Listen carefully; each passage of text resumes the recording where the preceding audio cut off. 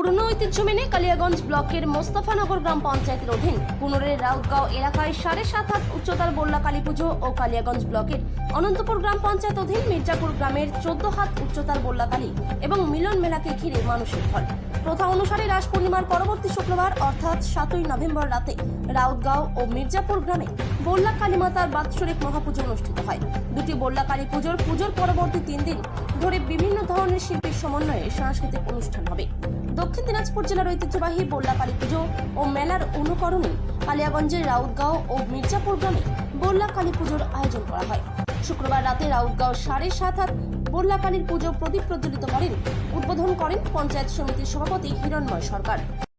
মোস্তফানগর অঞ্চলের রাউতগাঁও সংসদে শ্রী শ্রী বল্লা কালী মাতার যে পূজা উপলক্ষে আজকে যারা এখানে সবাই উপস্থিত হয়েছেন, এই রাউতগাঁও বল্লা কালী মাতার পুজো 74 বছরের পদার্পণ করল। এই পূজাকে উপলক্ষ করে এই এলাকার জনসাধারণ সমেত এই মঞ্চে যারা অতিথিবর্গ আছে তৎসহ এই পূজা কমিটির সেক্রেটারি, ক্যাশিয়ার থেকে সকল সদস্য এবং আমার সামনে যারা মাই ভাই বোনেরা আছেন তাদেরকে সবাইকে কালিয়াগঞ্জ পঞ্চায়েত সমিতির পক্ষ থেকে শুভেচ্ছা জানাই। কারণ আমরা এর আগে উৎসবের মরশুমে ছিলাম, আমাদের বিশ্বকর্মা পূজা দিয়ে আমাদের উৎসবের মরশুম শুরু হয়। তারপর দুর্গাপূজার পর লক্ষ্মী পূজা, কালী পূজা, ছট পূজা দেখে আমাদের উৎসবের মরশুম শেষ হয়। তারপর আমাদের বল্লা কালী পূজা আসে। বল্লা কালী আমাদের দক্ষিণ দিনাজপুরের বল্লাতে সব থেকে বড় করে হয়।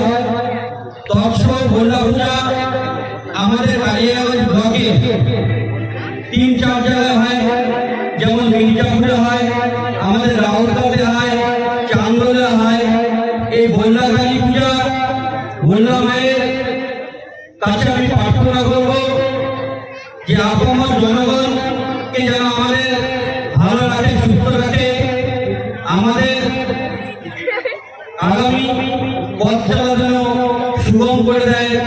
এই বল্লা কালী পূজা যারা যারা এখানে উপস্থিত হয়েছেন, এই 2 দিন বা 3 দিন ব্যাপী যে এই বল্লা কালী পূজাকে উপলক্ষ করে বিভিন্ন রকম সাংস্কৃতিক অনুষ্ঠান থেকে, মেলা থেকে, যে কোনো অনুষ্ঠানে ওনারা সবাই সহযোগিতা করবেন শান্তিপূর্ণভাবে, যাতে এই পূজাকে আমরা পালন করতে পারি, যাতে কোনো রকম সমস্যার সম্মুখীন হতে না হয়। এই ক্লাবের পাশে, এই পরিচালন কমিটির পাশে সবাই থাকবেন, সবাই ভালো থাকবেন, সুস্থ